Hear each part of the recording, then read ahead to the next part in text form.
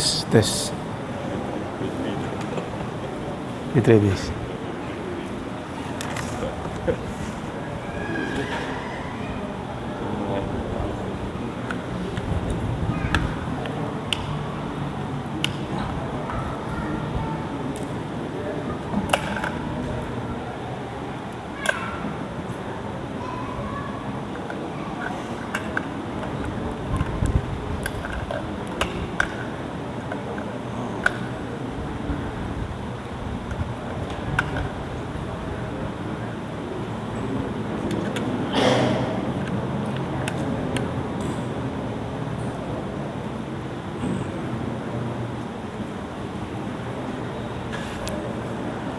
Tes.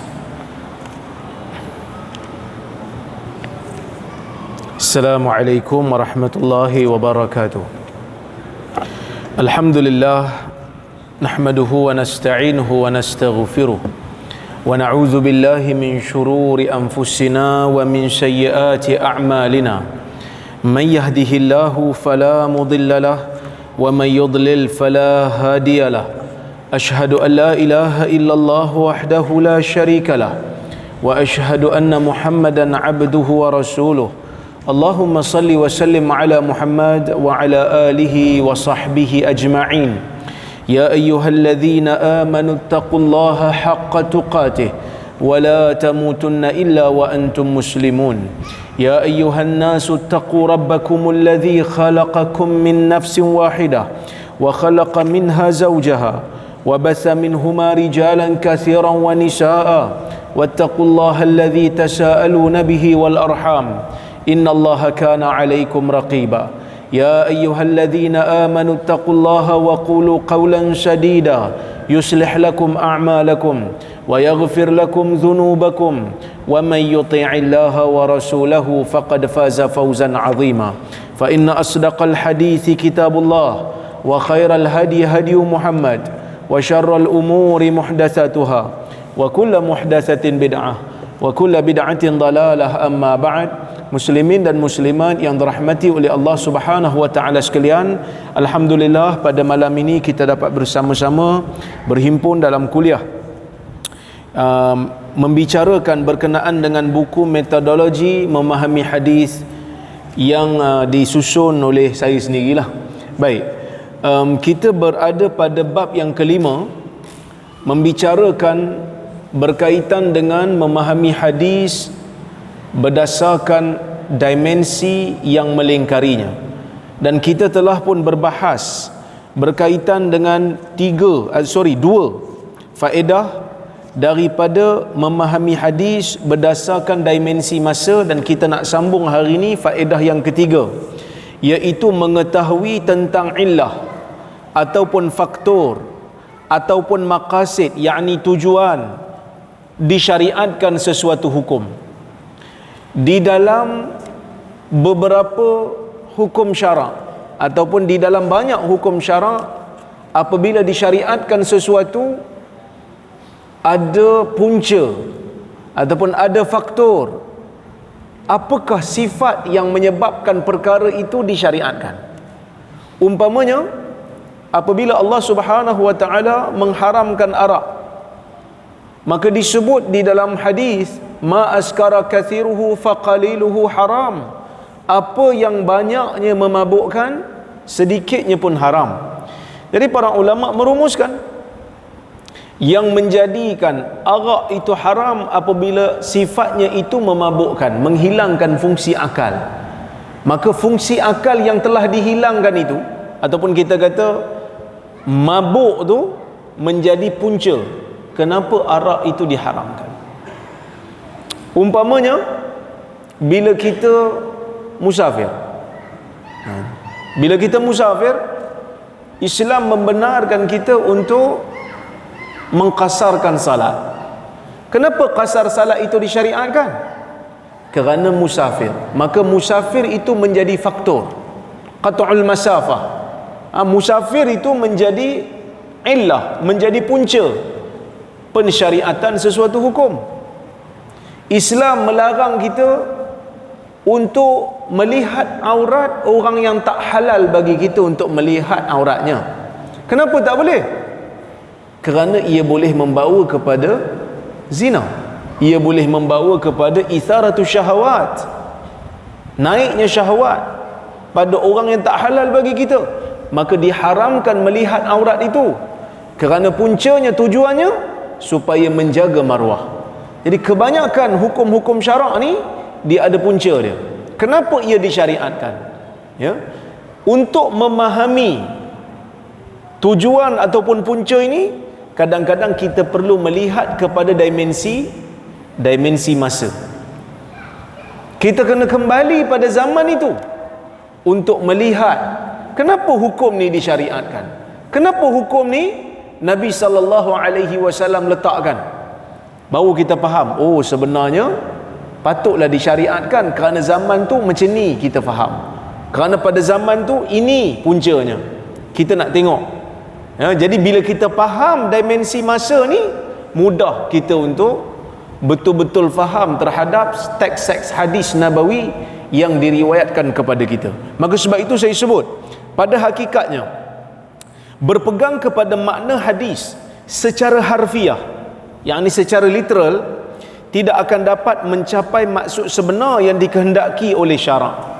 Bahkan pada keadaan tertentu ia boleh membawa maksud yang bertentangan dengan maqasid syariah.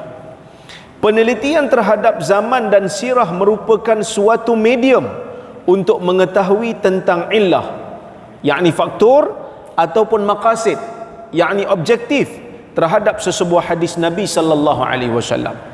Antara contohnya ialah an Aisyah radhiyallahu anha qalat qala an-nabiy sallallahu alaihi wasallam baitun la tamra fihi jia'un ahluh.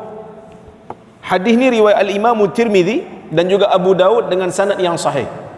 Maksudnya daripada Aisyah radhiyallahu anha, dia mengatakan Nabi sallallahu alaihi wasallam bersabda, baitun la tamra fi, rumah yang tidak ada tamar padanya, jia'un ahluh, ahli rumah tu akan berlapar.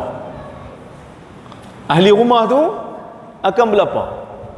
Jadi persoalannya kat sini, tuan-tuan, rumah kita ada tamar tak? Ada sebahagian mungkin simpanlah tamar kat rumah. Ada sebahagian memang tak simpan. Kan sekarang ni tamar mungkin senang nak dapat, sebab di pasaran tamar dah dijual tak ikut musim. Tapi mungkin 20 tahun dulu, 30 tahun dulu, tamar ni bila keluar bulan puasa je. Bila masuk bulan Ramadan baru ada tamar. Itu pun tamar yang jenis kahal, yang kena sira dengan gula tu. Kita ingat tamar tu yang manis, rupanya kena sira dengan gula. Sekarang ni lah baru kita makan tamar yang ada kualiti sikit ni. Baru kita kenal rupanya tamar ni ada banyak nama. Kan ada tamar apa? Ajwahnya, kan ada tamar apa yang Palestin punya tu. Yang besar tu. Jordan pun ada benda tu, saya lupa nama ni. Majdul apa? Medjul. Medjul kan. Sebiji makan pun kenyang lah. Baru kita tahu tamar ada macam-macam jenis. Tapi ada rumah-rumah kita yang tak ada tamar pun. Tak ada pun tamar. Jadi macam mana nak faham hadis ni? Ada orang mungkin kata, hadis ni tipu lah. Rumah saya tak ada tamar, elok je kenyang. Gemuk-gemuk lagi. Kan? Maka sebab itu kita kena faham hadis ni berdasarkan dimensi masa. Kenapa? Kerana di zaman Nabi sallallahu alaihi wasallam orang Arab memang makan tamar. Sebab tu zakat fitrah bayar pakai tamar. Zakat fitrah bayar pakai tamar sebab orang Arab zaman itu, masa itu memang makan tamar. Jadi Nabi SAW dalam hadis ni nak berikan pesanan kepada ketua keluarga, paling tidak kena ada makanan ruji kat rumah supaya ahli rumah tak lapar. Jadi oleh kerana zaman tu orang makan tamar, jadi ahli keluarga kena pastikan rumah ada tamar. Kalau tamar pun tak ada, maka berlaparlah ahli rumah tu. Jadi kalau kita nak fahami hadis ini dalam konteks Malaysia, kita kena faham macam mana? Rumah kena ada berah. Betul? Rumah kena ada berah, kena ada berah. Kalau orang Perlis ni, dia kena tambah satu lagi, pulut. Dia kata, ustaz salah ustaz. Orang Perlis tak makan pulut. Orang Perlis makan pului. Betul ya? Saya orang Perak kan, bila mari sini banyak pulut. Makan durian dengan pulut, makan ikan masin pun dengan pulut, makan ayam pun dengan pulut. Jadi orang Perlis kena ada pulut kat rumah selain daripada berah, baru dikira tak lapar. Jadi sebab itu disebut hadis ini sebenarnya bukanlah bermaksud gesaan untuk menyimpan tamar pada setiap rumah orang Muslim, pada setiap tempat dan setiap masa. Jadi bila tak faham hadis ni, kena simpan tamar. Kita pun simpan puluh tahun, simpan tak makan. Sebab apa? Nak jadikan tangkal. Bukan itu maksud Nabi SAW. Maksudnya kena sediakan makanan ruji, ya? Tetapi sebenarnya ia khusus kepada penduduk negara yang makanan asasnya adalah buah tamar, seperti penduduk Madinah pada zaman tu. Sebab apa saya kata pada zaman tu? Kerana orang Madinah sekarang ni pun bukan makan tamar sangat dah. Tuan-tuan pergi kat Madinah, orang Madinah makan apa sekarang ni?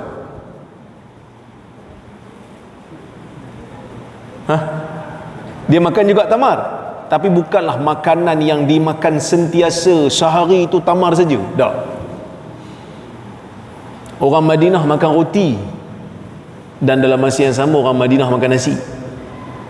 Tu yang nasi yang tuan-tuan makan, nasi Arab tu orang Madinah duk makan juga.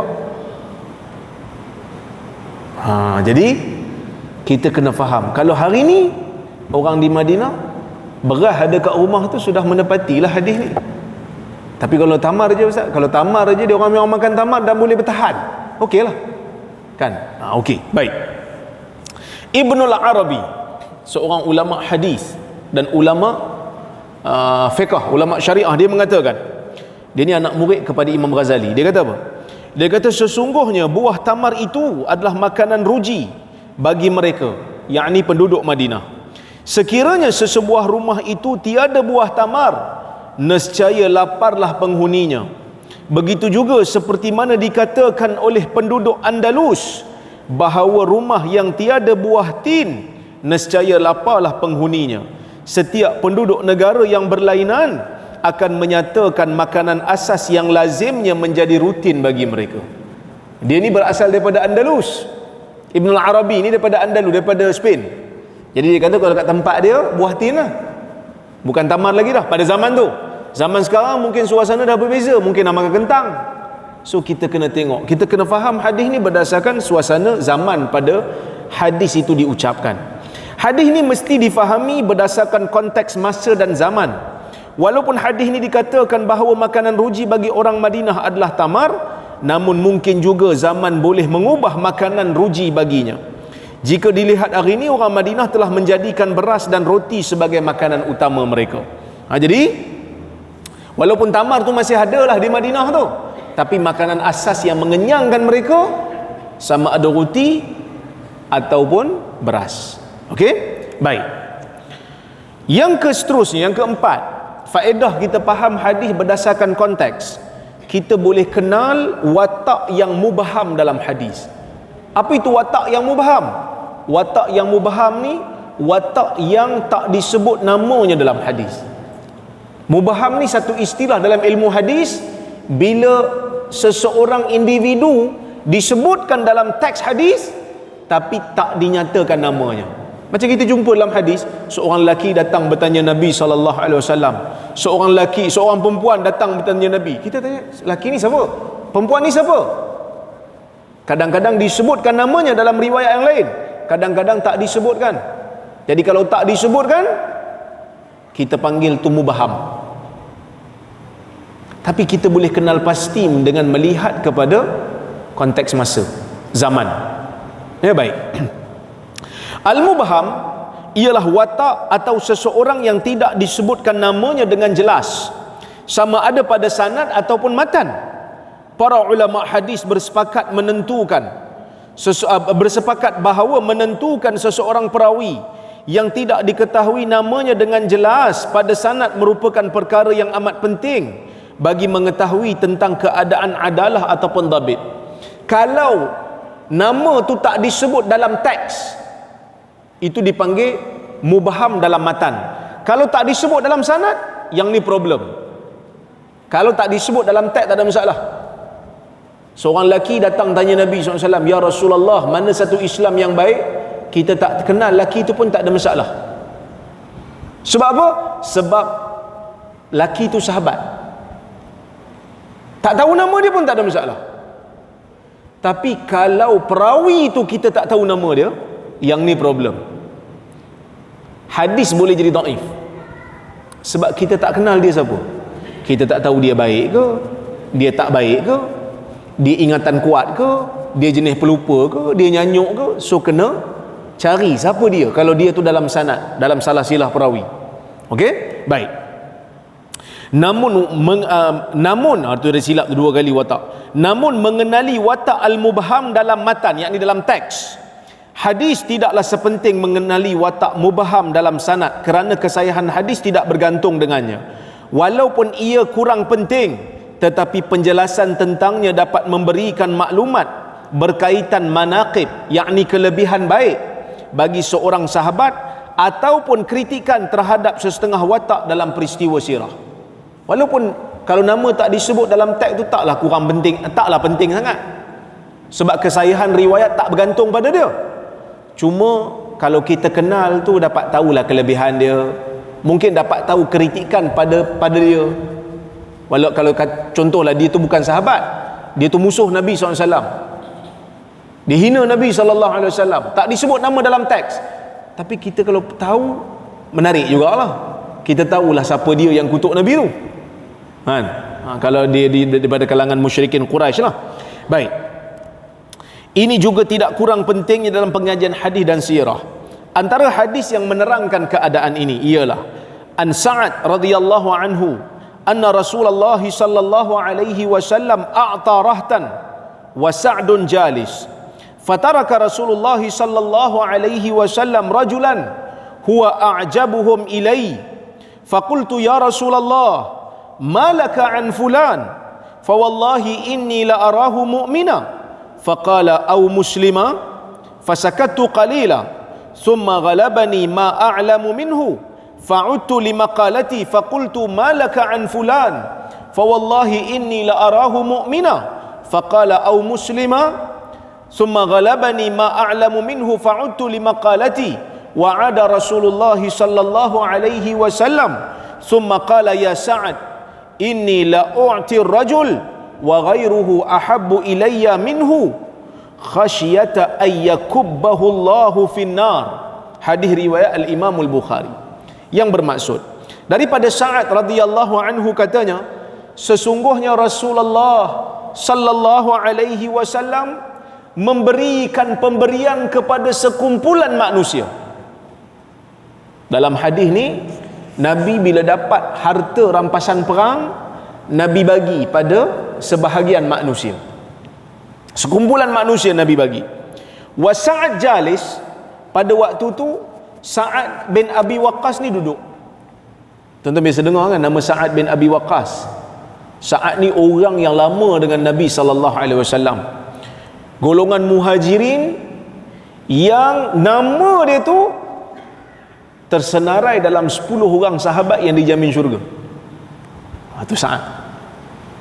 Sa'ad ni ada kelebihan. Kelebihan dia ialah kalau dia panah dia tu tepat ke sasaran. Sebab dia ada doa Nabi untuk dia.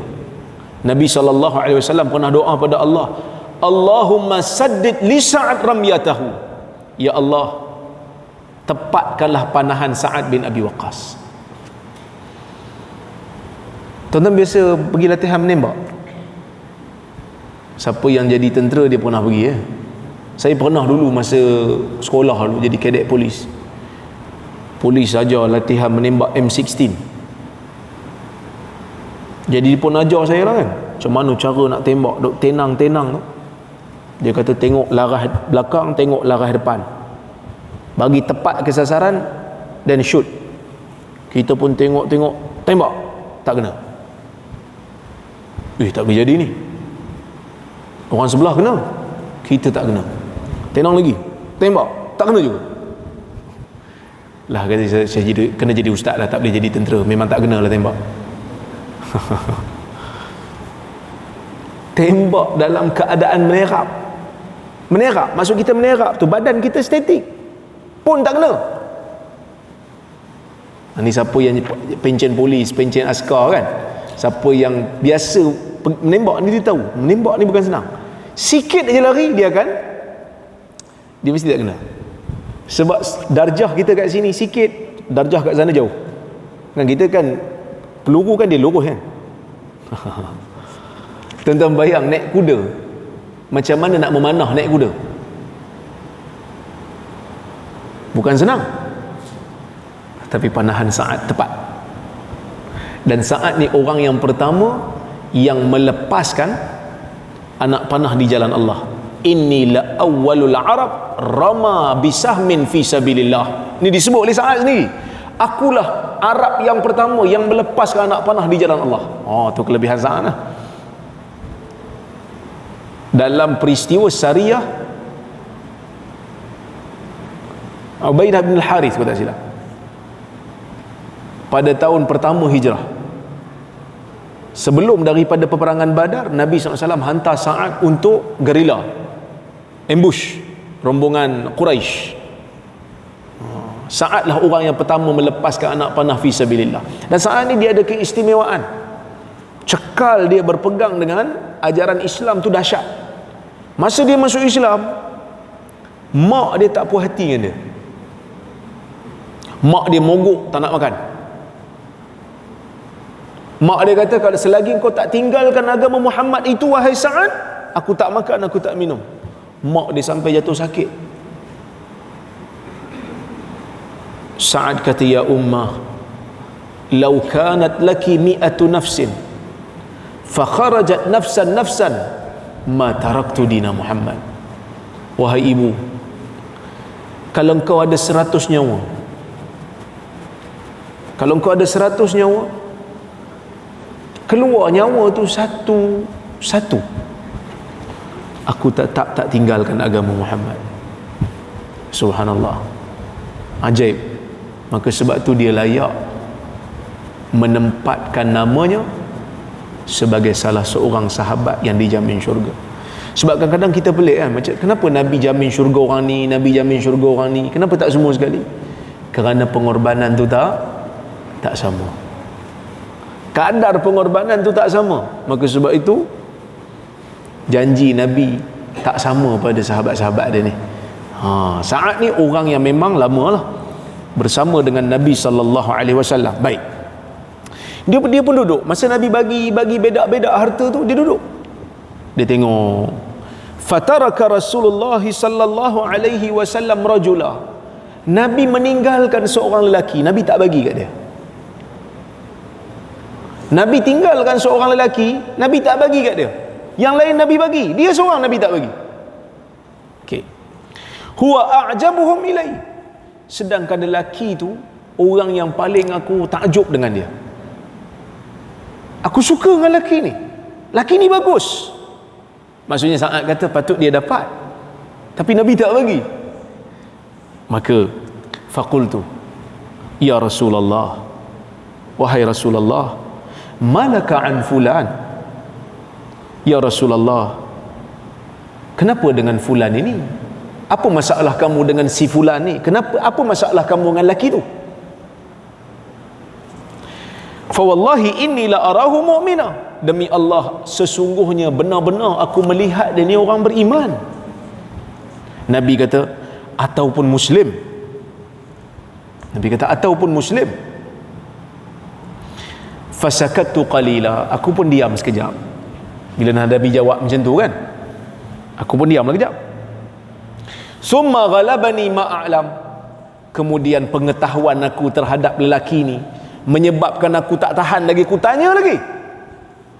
Fa'udtu limaqalati, aku pun ulang ucapan aku. Faqultu, lalu aku sebut, malaka an fulan, wahai Rasulullah, ya, kenapa engkau dengan seorang lelaki ni? Demi Allah, aku melihat dia benar-benar sebagai orang mukmin. Nabi kata, ataupun dia seorang muslim.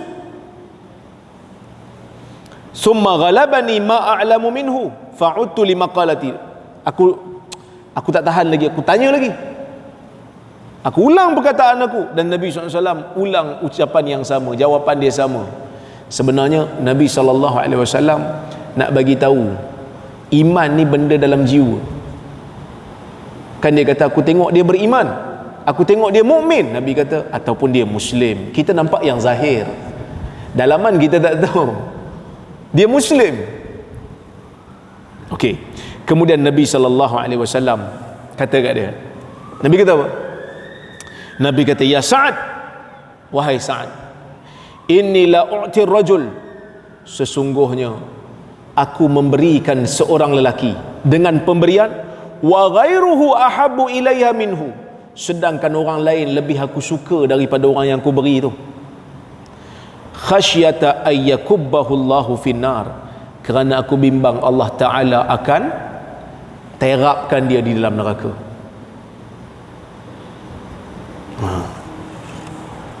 Boleh faham? Tak faham? Okey. Nabi SAW masa bagi pemberian tu, Nabi bukan tengok orang tu terbaik ataupun kurang baik, tapi Nabi nak tengok mana satu orang yang kalau Nabi bagi, dia kekal beriman. Mungkin orang lain lagi baik, Nabi tak bagi. Sebab apa Nabi tak bagi? Bukan sebab Nabi tak sayang, sebab Nabi percaya dia tu orang beriman. Tak bagi pun dia kekal dengan Islam dia. Dia dalam peristiwa balik daripada peperangan Hunain lah. Balik daripada perang Hunain, Nabi ada bagi pemberian kepada orang-orang yang baru masuk Islam. Uyainah bin Hisin, Aqra' bin Habis, ni orang yang baru masuk Islam ni. Nabi bagi mu'allaf, golongan mu'allaf. Nabi bagi pemberian kat dia orang. Orang Ansar pun tengok,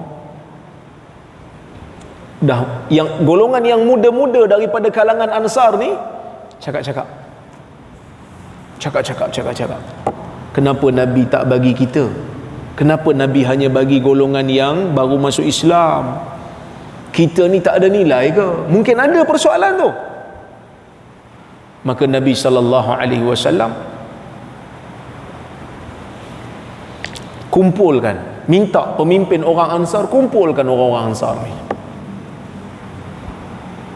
Jadi orang Ansar pun berkumpul. Kalau tak silap saya, Nabi cakap dengan Sa'ad bin Ubadah. Nabi minta Sa'ad bin Ubadah untuk kumpulkan orang Ansar. Saya pun tak ingat dah, lama dah baca cerita ni, tapi kalau tak silap lah Sa'ad bin Ubadah. Sa'ad bin Ubadah pun kumpul-kumpul orang Ansar. Nabi SAW pun bagi ucapan kepada orang-orang Ansar.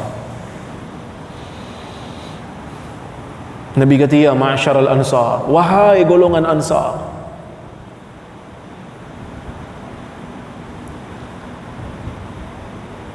law qultum, Nabi kata, ma qalatun balagani ankum, wahai golongan Ansar, apakah cakap-cakap yang sampai kepadaku daripada kamu? Min ajli lu'aatin ta'allaftu biha qauman liyuslimu wa wakaltukum ila islamikum. Wahai golongan Ansar, apa ni cakap-cakap yang sampai kepadaku daripada kamu ni? Disebabkan oleh kerana habuan-habuan yang sedikit. Ta'allaftu biha qauman liyuslimu, yang aku gunakan supaya dapat jinakkan satu kaum supaya mereka kekal muslim. Wa wakaltukum ila islamikum, sedangkan aku meninggalkan kamu kepada Islam kamu. Wahai golongan Ansar, lau qultum la sadaqtum wa suddiqtum, wahai orang Ansar, kalau hari ni kamu bercakap, kamu akan bercakap benar. Orang lain juga akan kata kamu benar. Apa dia? Kalau kamu cakap hari ni, laqad ji'tumuna mukazzaban fasaddaqnak wa a'ilan fa'aghnaynak wa matrudan fa'awainak wa makhzulan fanasarnak. Orang Ansar, kalau kamu cakap benda ni orang akan kata kamu cakap betul, kamu sendiri akan cakap betul. Apa dia? Muhammad, kau datang ke sini dalam keadaan kau ni didustakan, kamilah yang membenarkan kamu. Betul lah. Nabi masa pindah daripada Mekah, kan majoriti orang Mekah kata Nabi bohong. Orang Ansar lah kata Nabi cakap betul. Wa matrudan fa'awainak, engkau datang kepada kami dalam keadaan kau dihalau, kami beri engkau tempat tinggal. Wa makhzulan wa nasarnak, kan? Dan engkau dalam keadaan tidak dibantu, engkau dikhianati, kami bantu engkau. Wahai Muhammad, engkau datang dalam keadaan kau tak ada apa-apa, kami berikan engkau sehingga engkau menjadi kaya. Nabi kata kalau orang Ansar cakap macam ni, orang Ansar cakap betul, orang lain pun kata betul. Tapi wahai golongan Ansar, Nabi kata, tidakkah kau reda, amma tardaun ayyarji'an nas bisyati wal ba'ir wa tarji'una ila rihalikum bi Rasulillah sallallahu alaihi wasallam. Tapi golongan Ansar, tidakkah kamu suka ketika mana orang lain balik ke negeri mereka membawa kambing dan membawa unta, iaitu sebagai harta yang mereka dapat sebagai harta rampasan perang, tapi kamu balik ke negeri kamu membawa Rasulullah sallallahu alaihi wasallam? Nampak tak? Masa orang Ansar bila dengar ucapan Nabi tu, mereka menangis. Sehingga Nabi kata apa? Laulal hijrah lakuntum ra'an minal ansar. Kalau tidak kerana hijrah, aku pun nak jadi orang Ansar. Tapi sebab Nabi nakkan pahala hijrah tu, Nabi kekal sebagai muhajir. Nabi tak jadikan diri dia orang Ansar lah, sebab Nabi nak pahala hijrah tu lagi besar. Kalau tak kerana tu, aku juga nak jadi orang Ansar. Tidaklah orang Ansar lalu satu laluan orang lain, satu jalan laluan yang lain, melainkan illa wasalaktu syi'bal ansar, aku akan lalu jalan yang dilalui oleh orang Ansar. Tu Nabi punya sayang orang Ansar. Allahumma arhamil ansar wa abna'al ansar wa abna'il ansar. Ya Allah, sayangi orang Ansar, anak-anak orang Ansar, cucu-cucu orang Ansar. Orang Ansar dengar tu, dia kata apa? Radina billahi wa rasulihi haddan wa qisma. Kami reda dengan pemberian Allah dan Rasulnya. Nangis orang Ansar. Nak bagi tahu, kadang-kadang ada benda Nabi sayang, ada ketika Nabi sayang kat orang tu, tapi tak bagi. Pemberian dunia Nabi tak bagi, Nabi bagi kat orang lain. Bukan bermakna Nabi pilih kasih, tak, kerana Nabi nak jinak ke orang tu. Yang ni aku tahu kamu ni Muslim yang memang telah teruji pun. Orang Ansar ni telah teruji keimanan dia apa? Bila terujinya keimanan Ansar ni? Pertama sekali waktu perang Badar. Sebelum tu tak ada lagi orang Ansar ni berjuang dengan Nabi SAW, melainkan hanya mereka bersedia menerima orang Muhajirin. Yang ada perjanjian Aqabah. Sebelum daripada hijrah, orang Ansar dengan Rasulullah janji dekat Aqabah, dekat Mina. Apa mereka janji? Kalau Nabi SAW pindah kepada mereka, mereka akan pertahankan Nabi SAW macam mana mereka pertahankan anak dan isteri mereka. Tu janji. Tapi belum terbukti, belum ada pengalaman. Dalam Sariyah yang saya sebut tadi, yang pertama pada tahun pertama tu, orang Muhajirin je pergi, orang Ansar tak pergi lagi. Sa'ad menjadi orang yang pertama lempar anak panah ni. Masa tu orang Muhajirin je, orang Ansar tak ada lagi. Bila dalam peperangan Badar pada tahun kedua hijrah, baru ada orang Ansar. Tu yang dalam sejarah perang Badar, bila Nabi SAW bersama dengan 300 lebih sahabat, 300 lebih ni bersama dengan Nabi ni, asal bukan nak pergi perang pun. Asal nak pergi mana? Asal nak pergi ambush satu rombongan perniagaan yang dibawa oleh Abu Sufyan. Abu Sufyan pergi berniaga. Masa tu Abu Sufyan tak Islam lagi. Abu Sufyan masuk Islam tahun ke-8 tu. Ni baru tahun kedua, 6 tahun ke belakang. Abu Sufyan bawa kekayaan sebab dia pergi berniaga dekat Syam. Syam berada di utara, tengah-tengah Madinah, bawah Mekah. Abu Sufyan nak balik ke Mekah, mesti lalu kot dekat-dekat Madinah. Nabi dapat tahu.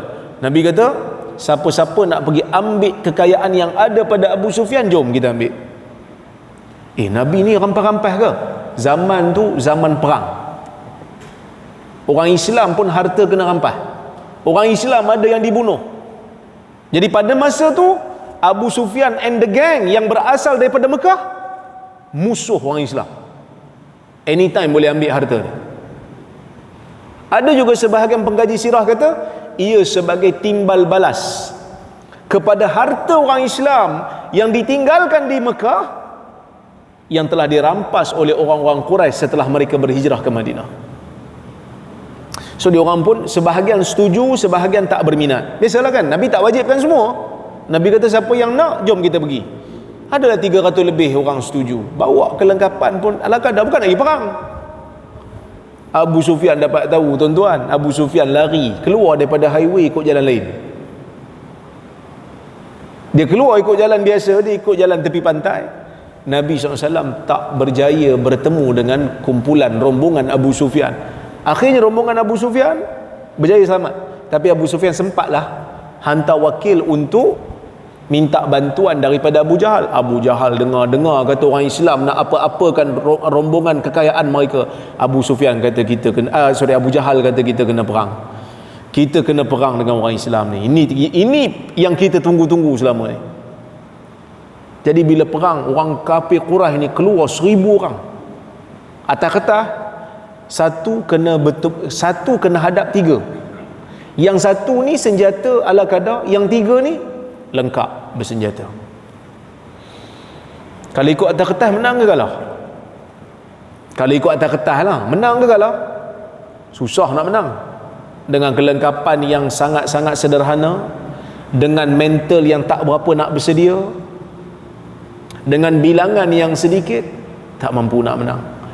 Maka Nabi SAW bertanya pandangan para sahabat, macam mana ni kita nak kena perang ni, macam mana ni? Miqdad bin Aswad kata, laksanakan wahai Rasulullah. Ya Rasulullah, laksanakan. Kan? Tak ada masalah, buat macam mana yang Allah Ta'ala suruh. Miqdad siapa tuan-tuan? Miqdad Muhajirin. Miqdad ni Muhajirin, so dia tak ada masalah, buatlah macam mana pun. Kita bagi laluan pada azan tu.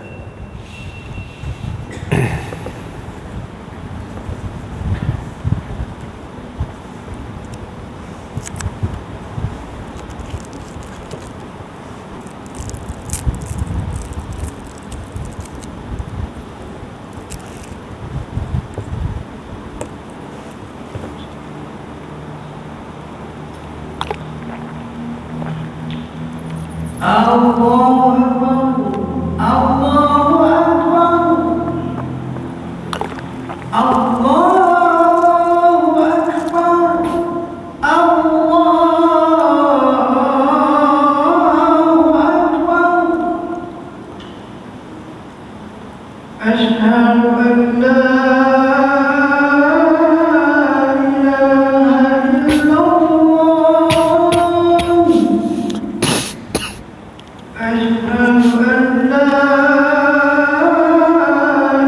إله إلا الله.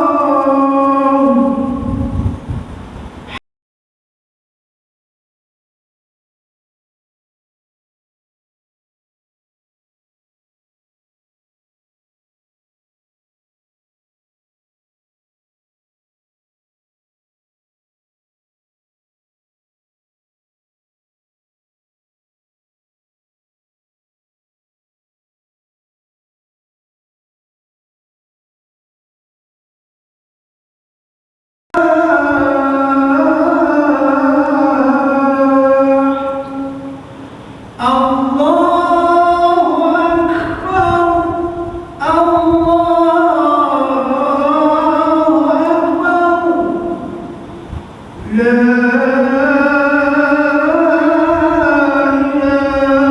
إلا الله.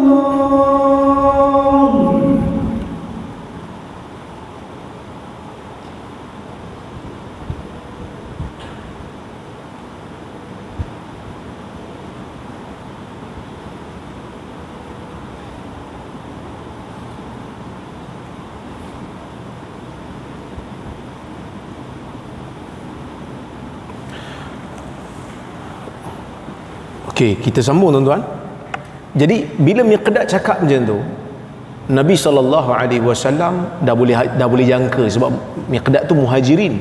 Jadi muhajirin ni dah terbukti dah, sebab dia orang dah 13 tahun dengan Nabi SAW, bersama dengan Nabi dalam perjuangan tu lama dah, sampai sanggup berhijrah bersama dengan Nabi SAW. Nabi pun sebut, asyiru ilayya ayyuhan nas, berikan pandangan kepadaku wahai manusia. Nabi nak dengar pandangan lagi.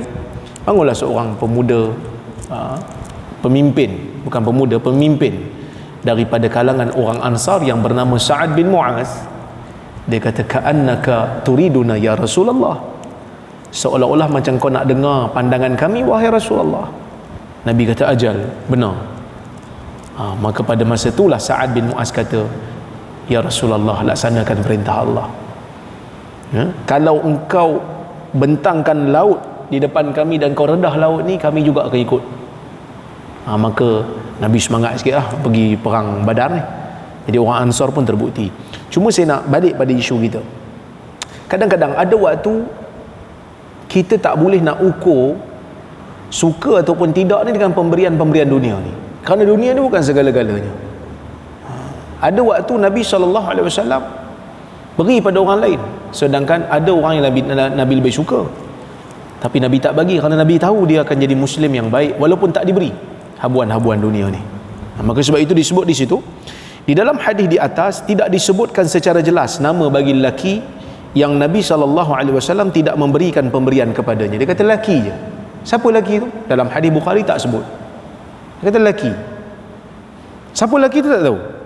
Namun Al-Waqidi dalam kitabnya Al-Maghazi telah menyatakan bahawa lelaki tersebut ialah Ju'ail bin Suraqah Ad-Damri. Hadis ini juga menerangkan perihal lelaki tersebut apabila Sa'ad menyatakan keadaannya lebih baik daripada orang lain yang diberikan pemberian oleh Nabi SAW. Ibn Hajar menyatakan dalam hadis tersebut terdapat pemakluman kepada Sa'ad tentang hikmah pemberian kepada golongan tersebut, dan hikmah ia tidak diberikan kepada Ju'ail walaupun dia lebih disukai oleh baginda, disebabkan Nabi SAW mahu memberikan kepada golongan mu'allaf terlebih dahulu, kerana mereka ini sekiranya ditinggalkan nescaya mereka tidak akan selamat daripada menjadi murtad dan akhirnya menjadi ahli neraka. So bila kita faham hadis berdasarkan konteks masa, kita tahu orang ni namanya Ju'ail. Mana kita tahu? Kita baca kitab sirah. Sebab Maghazi ni yang ditulis oleh Al-Waqidi ni, dia adalah ulama yang fokus kepada bab sirah. Saya tahu nama Waqidi ni bagi orang yang mengaji, selalu dengar kuliah, nama Waqidi ni kontroversi. Sebab apa? Sebab sebahagian ulama mengatakan dia ni terlalu dhaif, matruk, riwayatnya ditinggalkan. Betul, dalam hadis kalau dia riwayat berkaitan dengan hukum, Waqidi ni lemah. Tapi dalam bab sirah, majoriti ulama menerima riwayat dia, sebab dia memang fokus bab sirah. Dia ulama ni dia punya pengkhususan, kan? Kalau dia pengkhususan dia muamalat, mungkin dia lemah dalam bab yang lain. Kalau dia pengkhususan dalam bab hadis, mungkin dia lemah dalam bab lain. Samalah zaman dulu, dia fokus dalam bab sirah, maka dia lemah dalam bab hadis hukum hakam. Ada ulama yang dalam qiraat power, kan? Dalam qiraat sangat-sangat hebat, tapi dalam ilmu hadis lemah. Kenapa lemah? Dah memang dia tak tumpu, dia tidak menumpukan pengkhususan, dia takhasus dia dalam bidang hadis, maka sebab tu dia lemah. Tapi dalam bidang qiraat dia imam lah. Jadi benda ni biasa, dan itulah menunjukkan ulama-ulama hadis ni tak bias. Bukan semata-mata dia tokoh je kita terima semua riwayat dia. Tak, kena cek, kena saring. Ada ulama Dia nama dia Syarik An-Nakhai. Asal dia okey, tapi bila dia lantik menjadi hakim, sibuk dengan kerja-kerja mahkamah, terus jadi lemah dalam hadis. Sebab tak ada masa nak semak, tak ada masa nak ulang gaji, kan? Ada juga yang hebat dalam hadis, tapi dia punya perpustakaan terbakar. Abdullah bin Lahi'ah nama dia. Perpustakaan dia terbakar, dia jadi tak hafal. Mambang nak main lampu. Kan? Perpustakaan dia terbakar. Jadi dia jadi tak hafal, dia baca daripada kitab. Terus jadi lemah. Jadi sebab itu ulama-ulama hadis ni mereka tak bias. Mereka tengok satu-satu. Okey? Hadis ini juga menerangkan, hadis ini juga menerangkan kepentinganlah kita nak tahu siapa dia yang Nabi sayang ni, siapa dia yang dia punya sifat tu Nabi takjub. Namanya Ju'ail bin Suraqah Ad-Damri. Okey. Yang seterusnya, yang kelima, tafsir al-mujmal. Apa itu mujmal? Mujmal ni perkataan yang samar-samar, yang tidak dapat difahami maknanya secara tepat. Tadi mubaham ni orang yang tak disebut nama. Yang ni mujmal, perkataan yang maknanya tak difahami secara jelas. Perkataan yang mujmal ni ada kadang-kadang dalam riwayat yang mana kalau kita nak faham, kita kena faham berdasarkan konteks zaman. Kita tengok contoh. Dalam hadis Nabi SAW tak benarkan kita kacau sarang burung. Tuan-tuan pernah buat kerja ni? Pernah kacau sarang burung? Burung buat sarang kat rumah, kadang-kadang kita kacau lah juga kan. Tengok mengganggu je, bunyi bising, kadang-kadang seram juga bunyi berjalan-jalan pula atas bumbung kan. Kita duk bersihkan lah, kita suruh dia pergi buat tempat lain lah. Dalam hadis ada larang. Nabi kata aqirrut tayra ala makinatiha. Dalam hadis riwayat Abu Daud dengan sanad yang sahih, biarkan burung itu berada di sarangnya. Macam rasa berdosa tak selama ni? Sebenarnya dah, kalau sarang burung tak boleh kacau ustaz, kan? Kalau sarang burung tak boleh kacau, burung pun tak boleh tangkap lah. Sedangkan ada orang dia makan burung pati makan, kan? Boleh ke tak boleh? So kita nak faham hadis ni kena faham ikut konteks zaman tu. Masa Nabi sebut perkataan ni, dia ada suasana dia. Okey, tengok suasana dia apa. Jika dilihat daripada zahir hadis ini, jelas ia mengarahkan supaya burung yang berada di sarangnya tidak boleh diganggu. Tu asal. Di mana tempat sekalipun. Kalau tanah haram tu lainlah cerita, memang kita tak boleh nak kacau lah binatang-binatang yang berada di tanah haram. Yang ni tanah halal ni pun tak boleh kacau juga. Kalau ikut zahirnya macam tu lah. Tapi bila kita faham konteks, dia bukan macam tu. Okey. Seseorang yang membaca hadis ini mungkin akan tertanya, apakah punca atau sebab larangan ini dikeluarkan? Kan? Kemusykilan ini akan hilang apabila dia melihat kepada dimensi masa. Okey. Imam Syafi'i menjelaskan suasana masyarakat Arab ketika hadis ini diucapkan. Dengan Imam Syafi'i berkata, kana rajul fil jahiliyah idza atal hajata atat tayr fi wakrihi fanafarahu fa in akhadha dhatal yamin madha li hajatihi wa in akhadha dhatal shimal raja' fanaha Rasulullah SAW an dhalik. Ini kata Imam Syafi'i. Imam Syafi'i lebih faham konteks hadis ni. Dia kata apa? Di zaman jahiliyah kalau seseorang ada hajat, nak keluar daripada rumah kerana ada urusan nak diselesaikan, atat tayra fi wakrihi fanafarahu, dia akan cari sarang burung. Sebelum dia nak keluar rumah nak pergi selesaikan urusan dia akan pergi cari sarang burung. Fanafarahu, dia akan halau burung tu, dia akan kacau sarang burung tu. Fa in akhadha dhatal yamin, kalau burung tu terbang belah kanan, goncang-goncang sarang burung tu, burung terbang lah kan. So kalau burung tu terbang belah kanan, madha li hajatihi, dia pun terus keluar. Dia kata ini petanda baik. Wa in akhadha zata shimal raja', kalau burung tu terbang belah kiri dia akan patah balik. Dia kata esok je lah, tunggu sampai burung terbang belah kanan. Sebab kalau burung terbang belah kiri, ini petanda bala bencana, ini petanda bala, ini petanda tak baik. Fanaha Rasulullah SAW an dhalik, Nabi larang benda ni. Sebab itu percaya kepada sial ni dalam bahasa Arab dipanggil tatayur, daripada perkataan tair. Tair tu burung, tatayur bukan berburung-burung, tapi percaya kepada burung. Percaya burung memberi petanda kepada nasib pada masa akan datang. Kita ada tak percaya tu? Kita ada tak percayaan? Ha? Ada kau no? Dulu lah. Dulu kan, kalau pinggan pecah ke, apa pula bala bencana nak datang ni kan. Kalau tengah menjahit kan, tengah orang kata apa, jahit baju ke apa ke, tiba-tiba tercucuk tangan, apa pula bala bencana kan. Kadang-kadang benda tu ada dalam masyarakat kita, dan Nabi SAW larang benda ni. Tak ada kaitan. Betul lah bala datang bila pinggang pecah tu, itulah bencana. Pergilah beli baru kan. Jadi benda-benda macam ni di zaman Nabi SAW ada. Jadi bila kita faham hadis ni berdasarkan konteks masa, kita tak heran lah. Oh, bukan Nabi larang pergi tangkap burung untuk makan. Kalau burung tu halal dagingnya untuk dimakan, tak ada masalah untuk kita tangkap. Tapi yang Nabi tak bagi ni pasal apa? Percaya pada burung, percaya kepada sial, yang tu Nabi tak bagi.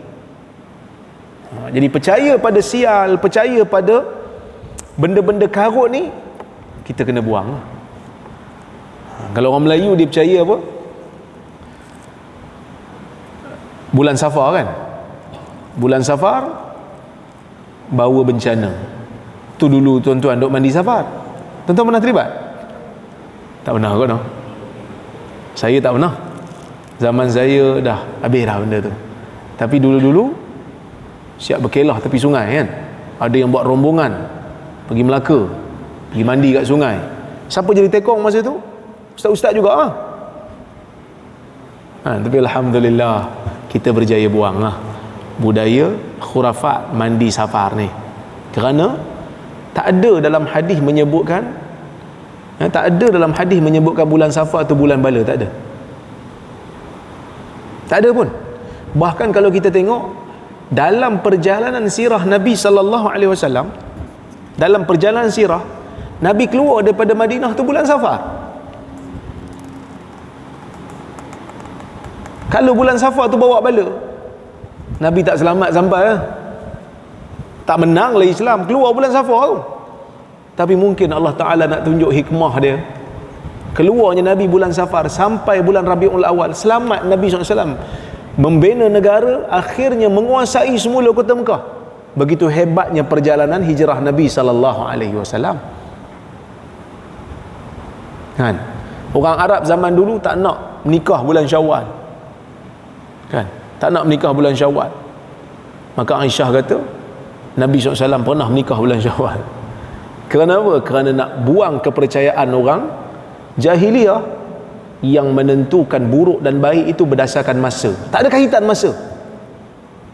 Yang memberikan mudarat dan manfaat hanyalah Allah Subhanahu wa ta'ala.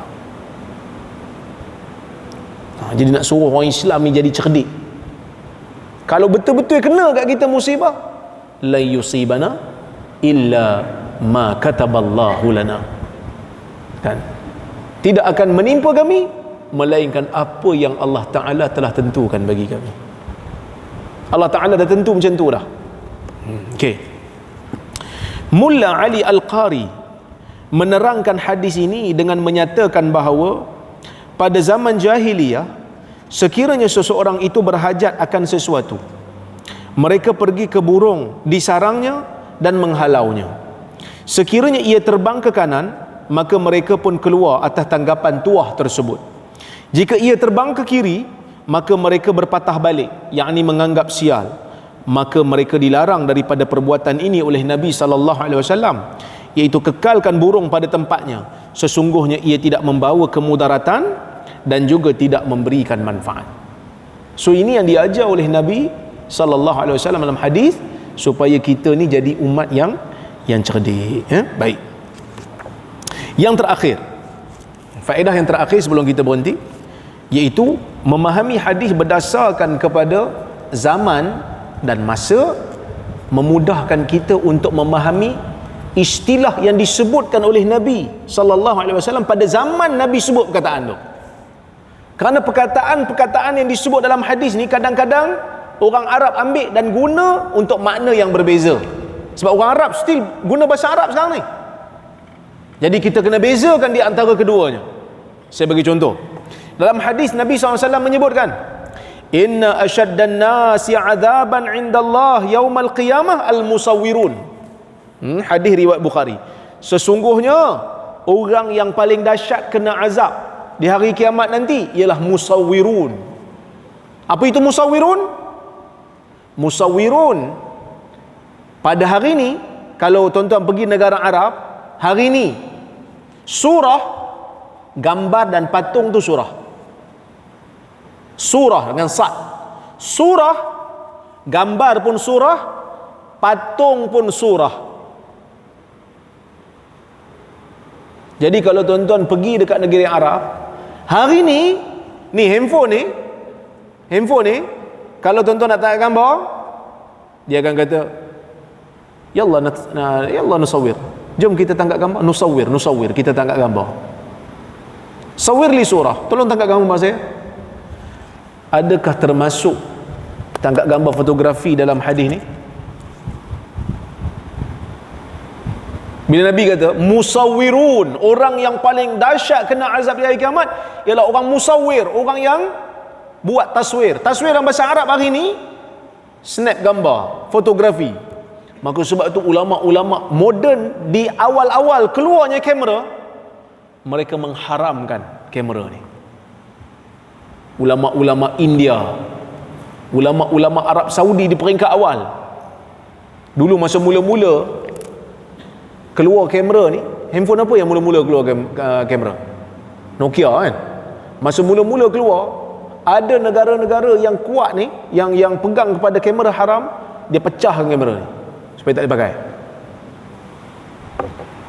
Sehinggalah Dr. Yusuf Al-Qaradawi menulis kitab dia, Kaifa nata'amal ma'a sunnah, bagaimana nak berinteraksi dengan sunnah. Dia hurai benda ni. Dia kata kita kena beza. Zaman Nabi tak ada kamera. Jadi bila zaman Nabi tak ada kamera, orang Arab ambil perkataan dalam hadis letak pada satu tempat, tak semesti automatik jadi haram. Kena tengoklah pula, ada tak unsur dan sifat yang sama. Lukisan dan ukiran patung, dia ada usaha daripada pembuatnya. Berbeza dengan fotografi, dia mana ada buat apa, dia cuma tangkap bayangnya. Macam mana kita duduk depan cermin, dia hanya memantulkan sahaja bayang. Yang mana di zaman Nabi SAW dah ada cermin. Cuma bezanya, gambar ni dia statik dan dia kekal lama sikit berbanding cermin. Cermin selagi mana duduk depan cermin, selagi itulah bayang tu dipantulkan. Betul? Maka kebanyakan ulama moden pada hari ini mengatakan fotografi tidak termasuk dalam perkara yang dilarang oleh Nabi SAW. Sebab musawwirun dalam hadis tu ialah pembuat patung. Ya, pembuat patung. Dalam bab ukiran tangan, kalau benda tu lukis benda bernyawa, ulama still berbeza pendapat lagi lah. Tapi patung memang tak boleh lah, kecuali untuk mainan sahaja, kerana dia tak ada unsur mengagungkan. Mainan okey, tapi selain daripada tu tak boleh. Okey, wallahu a'lam. Tuan-tuan, cukuplah sekadar tu untuk malam ni. Saya tengok kalau ada soalan ataupun komentar, saya lalukan ya.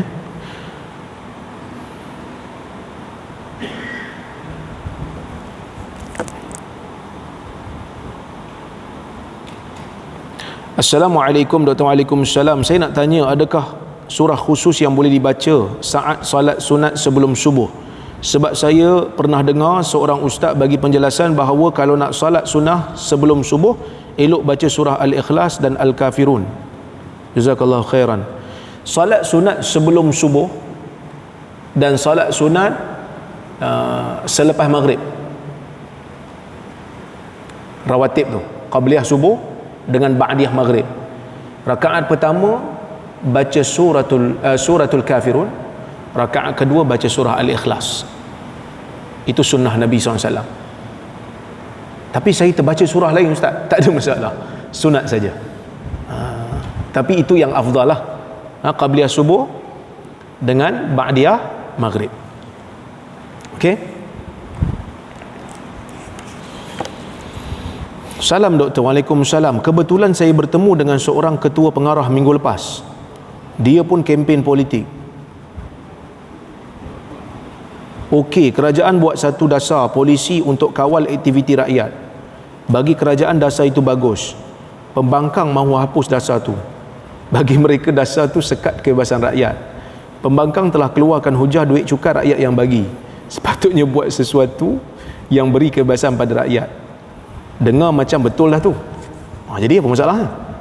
Dia punya soalan, tuan-tuan, dua muka surat. Kemudian ketua pengarah ni berhujah duit cukai rakyat dah serah pada kerajaan. Hak kerajaan lah dia nak urus macam mana pun. Dengar macam betul juga. Apa pandangan? Tasarruful imam ala ra'iyah manutun bil maslahah. Setiap tindakan pemimpin terhadap rakyat diikat dengan kemaslahatan. Ya, betul rakyat bayar cukai. Tapi kadang-kadang ada undang-undang yang boleh dikenakan oleh kerajaan atas dasar menjaga kepentingan rakyat terbanyak. Yang ni dalam istilah usul fiqh kita panggil taqyidul mubah. Kerajaan mengikat benda yang harus supaya rakyat ada sekatan sedikit. Sebagai contoh, tuan-tuan bayar tak cukai jalan? Cukai jalan bayar kan? Cukai jalan ni kalau naik motor, naik kereta bayar. Tuan-tuan boleh langgar lampu merah. Langgar lampu merah polis tahan. Kan? Polis kata pasal apa langgar lampu merah ni? Saya bayar cukai. Negara ni kan bebas. Tuan bayar tak cukai jalan? Cik, dia tanya pula polis tu kan. Tak boleh lah. Ataupun dilanggar lampu merah, terlanggar orang naik basikal. Salah tak? Siapa salah? Dia naik motor, road tax ni hidup lagi. Langgar lampu merah, terlanggar orang naik basikal. Siapa salah? Yang naik basikal ke yang naik motor? Yang basikal tu betul lah, dia lampu hijau tu dia jalan. Yang motor lampu merah dia pergi jalan juga, terlanggar orang naik basikal. Dia turun-turun, dia marah orang naik basikal. Hang pasal apa lalu ni? Hang bukan ada road tax, cukai pun hang tak bayar. Boleh tak? Mana boleh? Salah dia pergi langgar. Jadi kerajaan ada hak. Jadi kalau tak nak bising-bising, jangan jadi membangkang, jadi kerajaan. Tapi ada juga benda-benda yang kerajaan buat, kita perlu bersuara kalau tak sesuai. Contohnya benda-benda bebas yang kalau kita bagi bebas, tak beri apa pun mudarat pun pada masyarakat kebanyakan. Kebebasan akademik, kebebasan badan kehakiman, kan? Ini benda-benda yang kita kena perjuangkanlah. Rakyat bebas untuk bersuara, nak kritik kerajaan boleh, selagi mana dalam batasan demokrasi boleh. Tapi alhamdulillah tuan-tuan, adalah perubahan kan. Sekarang ni bolehlah sikit cakap, kan? Dulu nak cakap pun takut kena transfer, takut kena ambil tindakan. Tapi sekarang ni ada perubahan sikit, alhamdulillah. Orang-orang politik kita pun yang berada di pihak kerajaan ataupun pembangkang, dia appreciate orang yang bercakap. Kan macam saya pun kadang-kadang bercakap juga isu politik, kan, cakap juga, alhamdulillah tak kena lagi lah amaran ke apa ke, tak kena lagi setakat ni lah, alhamdulillah. Kadang-kadang kita menulis, saya menulis, kalau benda saya tak setuju saya tulis. Tapi tak kena lagi, alhamdulillah. Selagi mana dalam kerangka demokrasi, kerana kita yang menentukan pemimpin kita kan. Kita yang menentukan pemimpin sebab kita yang pangkah. Jadi kalau kita tengok tak okey, 5 tahun akan datang kita pangkah yang lain pula. Rakyat berkuasa. Sebab tu bila kita nak pangkah tu kena fikir betul-betul. Tengok calon tu betul-betul. Jangan dapat kain pelekat je okey. Kain pelekat pakai 5 tahun tak sampai 2 minggu koyak dah. Jadi kena tahu tanggungjawab. Ni akan datang ni 18 tahun nak mengundi kan. Umur 18 tahun nak mengundi ni akan datang ni. Kena pesan elok-elok kat anak-anak ni. Sebab kadang-kadang budak-budak ni dia duk tengok benda yang dekat, kena bagi tengok benda yang jauh kan. Kena tengok pemimpin yang amanah, yang ada kemampuan, yang ada kekuatan, yang berani kan. Bukan jenis takut-takut, bukan jenis orang kata apa, pantang sikit sakau kan, pantang sikit curi, tak boleh kan. Sebab tuan-tuan, apa saja keputusan, tindakan yang dibuat pada hari ini, kalau tak betul, bukan kita yang tanggung. Mungkin bukan kita yang tanggung, anak cucu kita yang tanggung. Saya bukan nak masuk sangat isu politik ni, tapi sebab kadang-kadang saya ada sedikit pelik dengan pemikiran orang Islam kita ni. Curi tabung masjid yang tak sampai 1000 pun kita pukul setengah mati sampai mandi jenazah kawan. Tapi curi juta-juta, curi bilion, kita okey. Macam mana cara fikir kita ni? Oh tak apa, dia bagi kita. Memanglah dia bagi sikit, tapi dia curi banyak. Hari ni kita rasa RM500 dia bagi, tapi yang tanggung hutang tu siapa? Anak cucu kita. Saya tak ada kepentingan tuan-tuan, saya cakap terang. Benda salah, kena kata salah. Rajinkan diri baca fakta kes.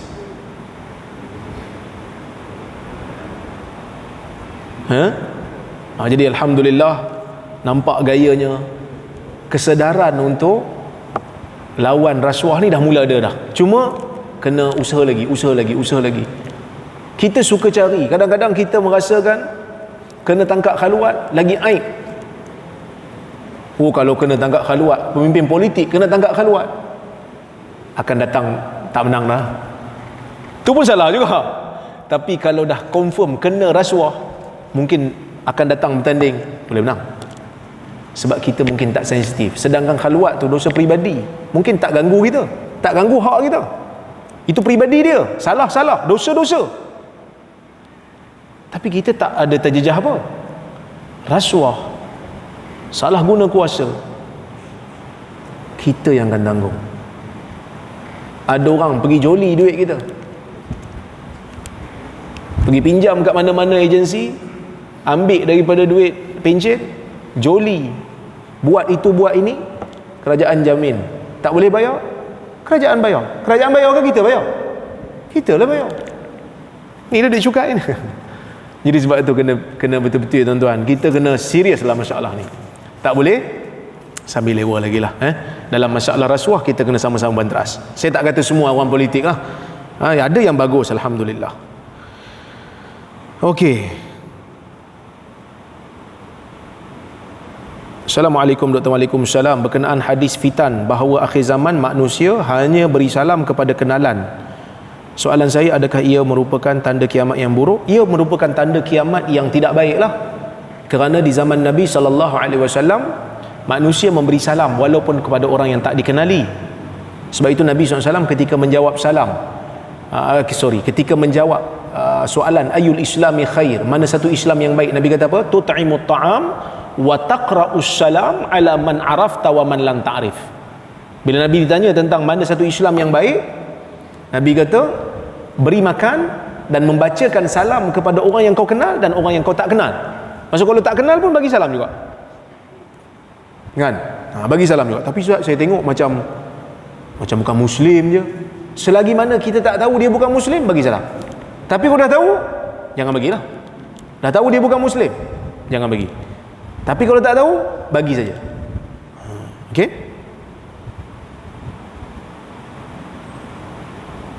Assalamualaikum Ustaz. Waalaikumsalam. Bila dah jalani hukum dunia diputuskan mahkamah, adakah kena lagi di akhirat? Kalau dah kena dalam dunia, kita kena tengoklah jenis hukuman tu, dosa dengan orang ke dosa dengan Tuhan. Dosa dengan Tuhan, kalau dia taubat, dia kena hukuman pun setimpal dengan apa yang dia buat. Dia kena ta'zir umpamanya, kan? Ataupun dia taubat, hapuslah. Tapi kalau dia hutang dengan orang, kan, dia kena bayar balik. Dia kena bayar balik. Dia tak boleh kata, oh sebenarnya saya telah pun bertaubat, tanpa dia bayar balik. Tak boleh, kerana hak dengan manusia.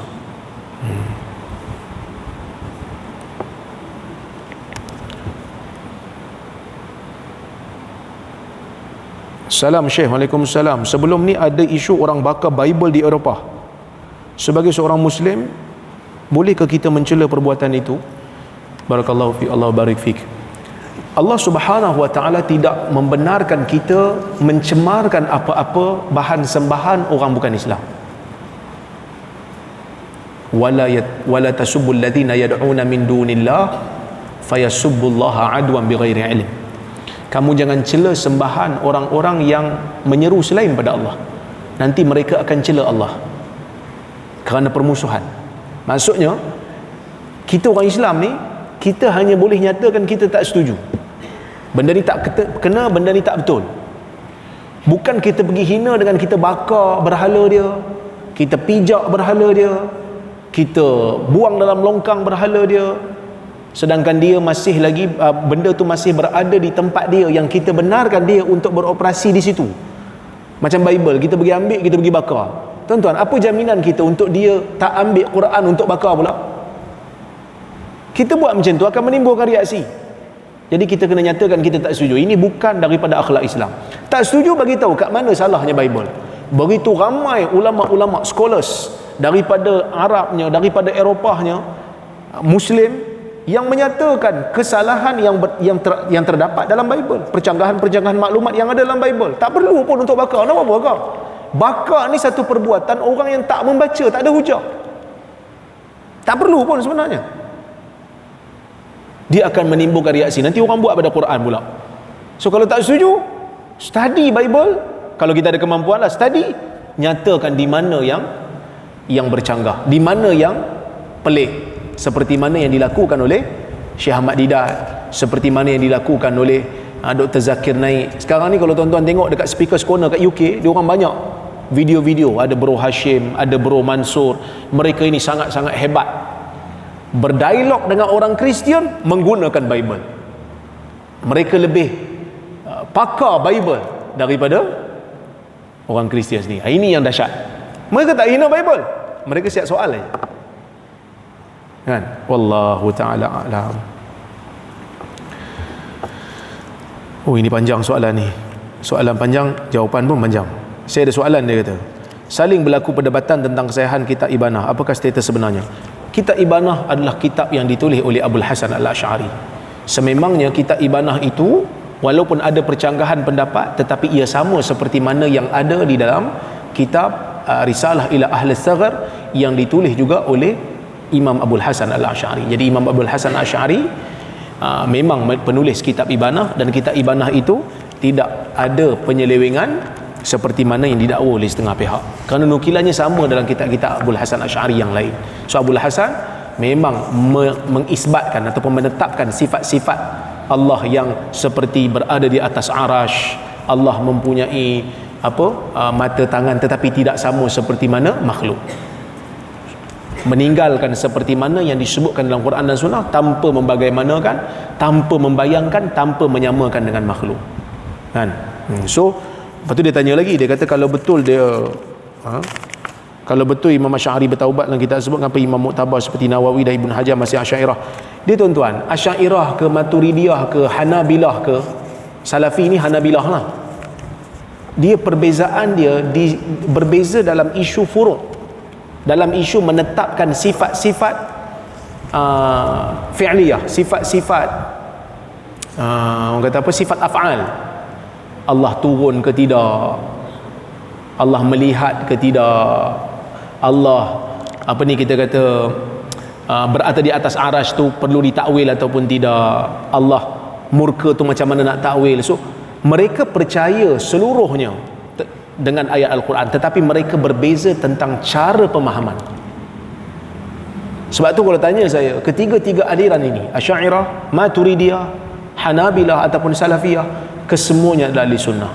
Cuma saya lebih cenderung kepada Salafiyah dan Hanabilah, tapi saya tidak menyesatkan ataupun mengeluarkan Asy'ariyah dan Maturidiyah daripada ahli sunnah, kerana mereka itu adalah ahli sunnah wal jamaah.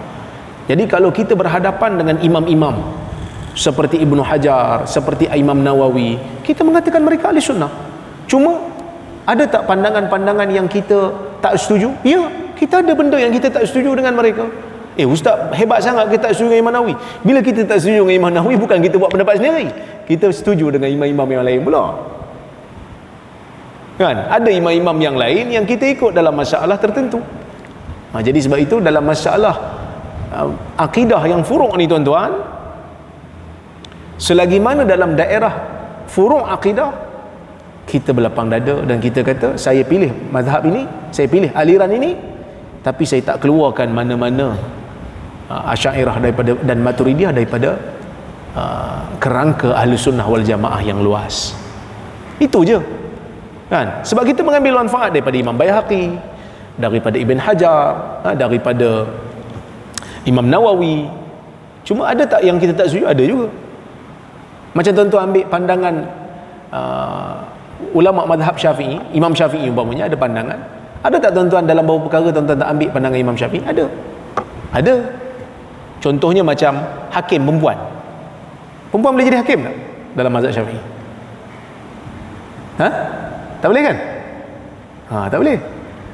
Tapi macam mana hakim ada pula? Hakim perempuan sekarang? Ambil mazhab Hanafi yang membenarkan. So ada perincian. Dalam mazhab Syafi'i umpamanya nak menjadi imam, nak menjadi pemimpin negara, mesti Quraisy. Boleh tak apalah, tuanku Syed Sirajuddin memang daripada Quraisy, Syed. Yang lain-lain saya tak tahu, tapi kita ambil pendapat mazhab yang lain lah yang membenarkan. Kerana yang disebut Quraisy tu kerana pada zaman tu, konteks zaman tu Quraisy ni ada pengaruh. Macam kat Malaysia ni Melayu, sebab tu dipanggil raja-raja Melayu kan. Melayu tu ada pengaruh. Wallahu ta'ala a'lam bissawab. Tuan-tuan, mudah-mudahan ada manfaat. Saya ucapkan terima kasih banyak kepada tuan-tuan yang hadir pada malam ni, sama ada di masjid ataupun di kuliah Zoom dan juga Facebook. Mudah-mudahan ada manfaat. Saya ucapkan terima kasih juga pada Global Ihsan yang membawakan kuliah ini secara langsung. Saya minta maaf terkasar bahasa tersilap kata aqulu qawli hadza wa astaghfirullahal azim li wa lakum. Wassalamu alaikum warahmatullahi wabarakatuh.